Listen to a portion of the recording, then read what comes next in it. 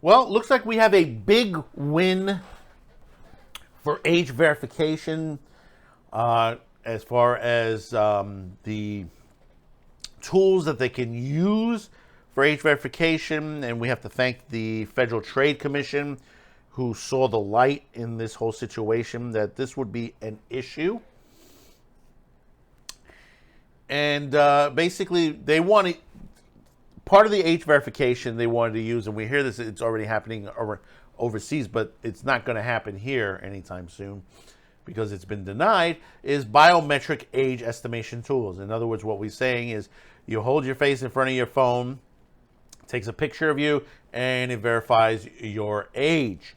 And I'll tell you this, you can't, from a picture, I could throw a couple pictures at you, and you can't really tell what age certain people are.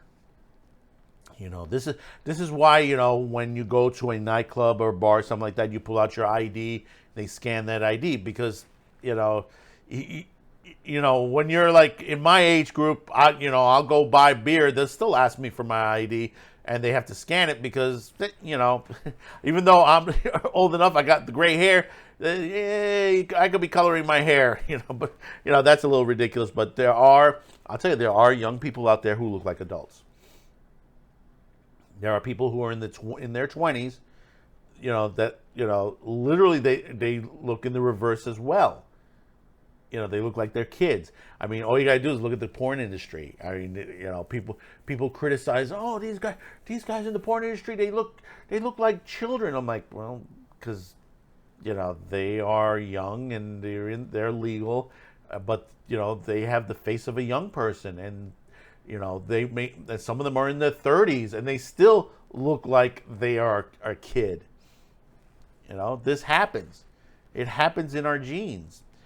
But we're going to read this into this from XBiz, thanks to Gustav Turner again. FTC denies approval for a biometric age estimation tool. The Federal Trade Commission has denied the approval of 3 age verification companies who were seeking to install a tool that will use biometric for age estimation. The FTC commissioners voted unanimously 4-0 to reject the application submitted last June by Yoti. Yoti is one of the big companies that is pushing for the biometrics. The Entertainment Software Ratings Board and Super Awesome, the companies were seeking to implement biometric solutions to meet Children's Online Protection Act, COPA, rule requirements. The company's privacy protection facial age estimation system would analyze the geometric of the user's face to confirm the person is an adult and can access certain content, the tech law news site NextGov reported. The FTC confirmed that 354 comments raised concerns with the software's data collection and storage capabilities, particularly in regards to generating deepfake content along with other privacy violations. This is the thing on there. Every tech expert for the past 10 years has been warning of this on any age verification situation. It is going to be a privacy nightmare when it comes to this.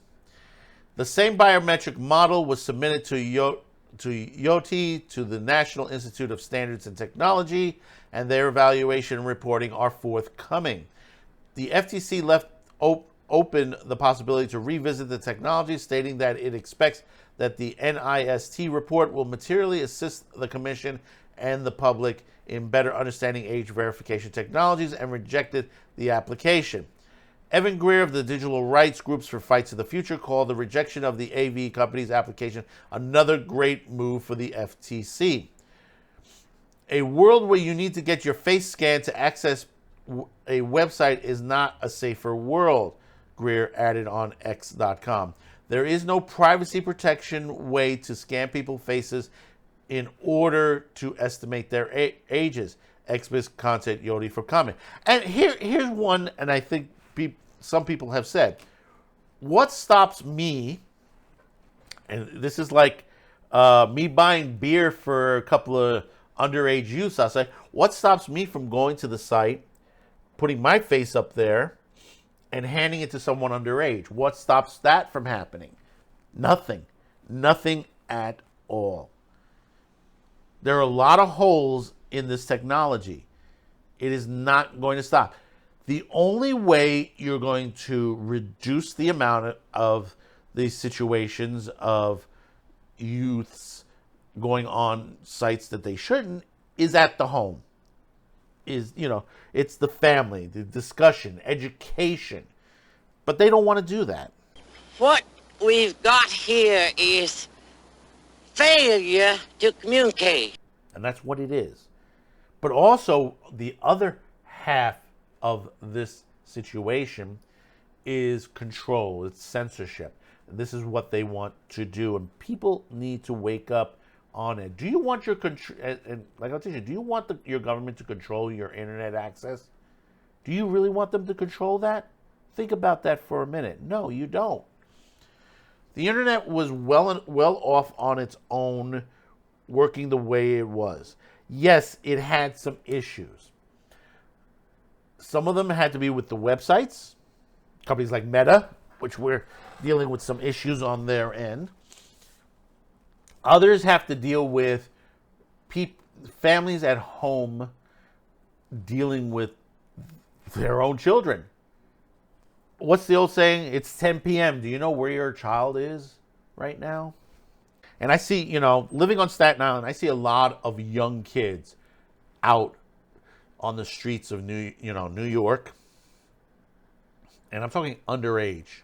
I'm talking under the age of 14 at 2, 3, 4 o'clock in the morning on a school night. I've seen 10-year-olds on MTA buses on my way home from work when I used to work very late, well into the morning on my shift where I got out late. I had to wait for the bus for a while.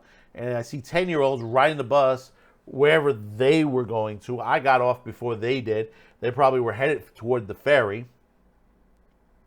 Who knows where they were headed for at 2, 3 o'clock in the morning. And, my question is, where are these parents? This is the situation. If you don't protect your children at home, whereas they need to be in bed early, they need to go to school. If none of that's happening, you can't say, well, we're going to block the internet and this and that. You have to take care of your children first. Take care of them. Like the organization, focus on the family. We have homes that do not have fathers in them, or vice versa, do not have mothers in them. We need parents in the home taking care of their children, educating them. Also, we don't need the sex in the grammar school range on there as the way they've been doing lately. They need to educate themselves. They need to learn to read, to write, to learn arithmetic. There are children out there that are going into high school, coming out of high school. They can't read properly. They can't do math properly, and meanwhile they say, well, why are these minority groups like Asians and whites are in schools better than our children? I'm like, because of that issue that, if you don't work hard and educate yourself properly, you're not going to make it through school. You don't have to be all A's, but you could do your best. I wasn't the best in school. Mine were like B and C's. I wasn't a straight A student, but I made it through. I educated myself, and I continue to educate myself online, read books to the situation. I've done this type of programming that you're watching right now. I've been doing since high school. Okay, I've been doing it since public access, long before the internet ever existed. And I worked with many other people that taught me this. I learned from other people, from experts in the business. I educated myself. And people out there, and this is why I tell you, skip college. Get yourself a trade school job. Go to trade school, learn to work with your hands, God damn it. We need people that can work in construction. We need plumbers, and I'll tell electricians. Those people make a lot of money. But see, the thought patterns is that people say, well, I'm going to work at OnlyFans or I'm going to work on YouTube and make a lot of money. Nah, this business is not for everybody. The entertainment business is not for everyone.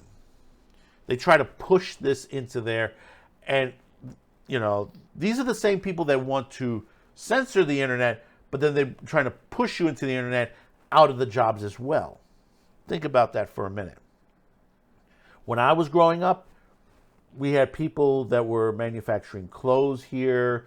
We had people, that were doing, manual labor work. We worked, we built, we made things. Somewhere around the 90s into the 2000s, we lost our cotton picking minds on that. They started moving jobs overseas and all this, and we are where we are today because of that. Look at all the cheapness of the products that we have out these days. People complain and says, "Oh, why is this worn down so much?" and stuff like that. Why is this happening? Why is that happening? Because we're not focusing on ourselves. We blame everybody else for the situations that, we have to look internally to ourselves to resolve. Family, the nuclear family, is the most important thing that we need to put back on track. If we want to save the internet, we have to take it from a family point of view and push it to the situation where we need to tell these religious groups, we need to tell these advocates and stuff like that, stay away from this. You want to help people, help them in, religiously, help, speak to them when they need help, because there are people out there that are mentally sick, that, they need the type of help that they're not getting. But yet they want to sit there and it says they want to judge what we are watching on TV, what we are watching on the internet, what we're reading in books and stuff like that. And this has happened for many, many decades. Once we got to the 70s, we were pulling out of that. We were changing it. We were going through a renaissance of entertainment. We were able to basically make anything that we wanted to make as far as a movie or a TV show, so, stuff like that. And the internet came in, we expanded further out, that we were able to communicate with people from all over the world. Think about that. The internet is bringing everybody more closer together. Even though there are issues on there, we're able to, play games and have conversations with people on one end, and then on the other end, you have conversations on the movies we've watched, liked, disliked, video games, news stories. This is what they don't want. This is what some of the world leaders don't want to happen, because they lose control. So tell me in the comments below what your thoughts about this. Did the FTC do right, do wrong? Let me know in the comments. There is still another report from the NIST that still needs to come out on that. Hopefully that will keep the FTC nail in the coffin on biometrics, because we don't need that. We really, truly don't need that at all. So don't forget to hit that like, share this video, and hopefully today's the day I've earned your subscription. Also, be sure to check out all of our other shows here on Cuticast TV and Man with the Show. Until next time, thank you for tuning in. Stay strong, and we'll see ya. Bye-bye. Thanks for watching, commenting, and sharing this video.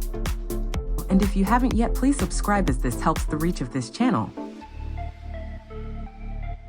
Finally, as a content viewer, you have the ability to help support this channel, as new internet laws around the world will diminish our reach and affect our sponsors.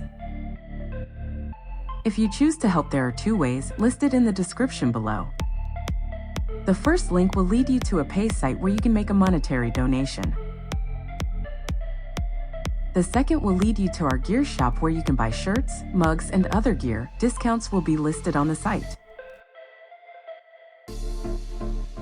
Once again, thank you for watching and your support.